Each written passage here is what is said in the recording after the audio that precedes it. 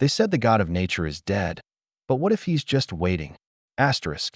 Hey everyone, welcome back to Myth or Real, the place where gods walk among mortals, creatures whisper in the shadows, and ancient myths come roaring back to life. That if you're into epic tales, forgotten legends, and the deep dives into mythology from all around the world, you're in the right place.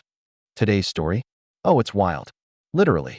We're going deep into the forests of Arcadia to uncover the life and legend of Pan, the untamed god of nature, music, and madness. Half man, half goat, all chaos. Asterisk, if you enjoy these stories, don't forget to like, subscribe, and ring that bell icon. It really helps the channel grow and doesn't cost you a thing. And hey, drop a comment below with your favorite mythological character. Kings, warriors, demons, angels, beasts. I read every single one. In the beginning, there was wilderness, not the orderly gardens of Olympus or the shining halls of the gods, but raw, untamed land. And in that wildness, Pan was born. But even his birth is a mystery wrapped in contradiction. Some say his mother was the nymph Dryope. Others whisper of Penelope, wife of Odysseus, who might have strayed with a god, or several. The father? Most agree it was Hermes, the trickster messenger of the gods. But when Pan was born, with goat legs, horns, a scruffy beard, and a scream that made birds fall from the sky, his mother fled in terror. Hermes, amused and oddly proud, scooped the child up in a bearskin and carried him to Olympus. Pan didn't fit in among the polished gods, but Dionysus, god of wine and madness, found a kindred spirit. The two would become inseparable, drinking, dancing, stirring chaos wherever they went.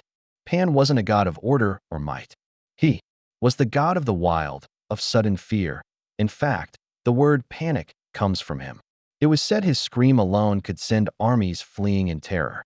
Imagine a battlefield, swords clashing, warriors shouting, and then, from the woods, a sound not of this world. Panic would spread like fire. But Pan had a softer side. He was a musician, the inventor of the pan flute, or as the Greeks called it, the syrinx. That, too, has a story. Pan once fell for a beautiful nymph named Syrinx. But she didn't return his affections. Terrified, she ran, calling on river spirits to save her. Just as Pan reached out, Syrinx transformed into a clump of hollow reeds. The wind blew through them with a haunting sound, and Pan, heartbroken but inspired, cut the reeds and crafted his flute. He never stopped playing it.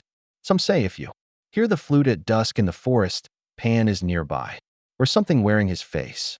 Pan was more than mischief. He was nature itself, unpredictable, beautiful, violent. While Zeus ruled the sky and Poseidon the seas, Pan ruled the spaces in between. The caves, the glens, the mountaintops. Shepherds worshipped him, hunters prayed to him. He protected flocks, but also struck fear into travelers. He was both friend and threat, laughter and scream. And then came the whispers of his death. One of the strangest, least known tales of Pan is found not in a Greek myth, but in a Roman historian's account. The sailor Themis, according to Plutarch, was crossing the sea when he heard a divine voice cry out, "Themis, are you there? Tell the world, the great god Pan is dead." The news spread fast. A god had died. But gods don't just die, right? Some believe it was symbolic, the death of nature in an age of reason. Others say it was propaganda, spread by early Christians, to show that the old gods were fading. But was Pan truly gone? Or just withdrawn? There's a strange thing about Pan. He exists on the edge of myth and reality. Unlike Zeus or Hades, Pan was worshipped not in grand temples, but in caves, in groves, in whispers. His presence was felt more than seen. In some versions of the myth, Pan is eternal. Nature doesn't die. It hides. It waits. Here's what most people don't know. In some rare cult practices, Pan was seen as a primal force older than the Olympians, maybe even older than chaos. He was often linked to fertility rituals and secret rites too wild or taboo for public record. His image appears in early Christian demonology. Those horns and hooves didn't go unnoticed. In fact, our modern image of the devil borrows heavily from Pan.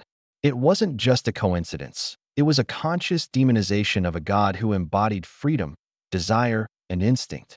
And there's more. Pan was said to be able to shapeshift, to appear both beautiful and hideous, human and beast. Some local myths claim that those who see him in the forest alone never come back the same. Pan, the god of wild places, of music and madness, of joy and fear. He wasn't a king or a warrior. He didn't build empires.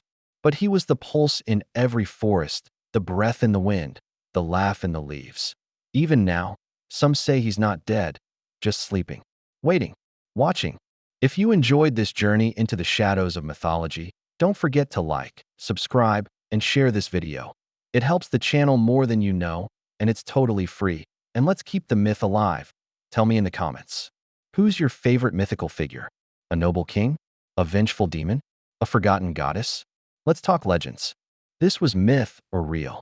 Until next time, don't stray too far off the path.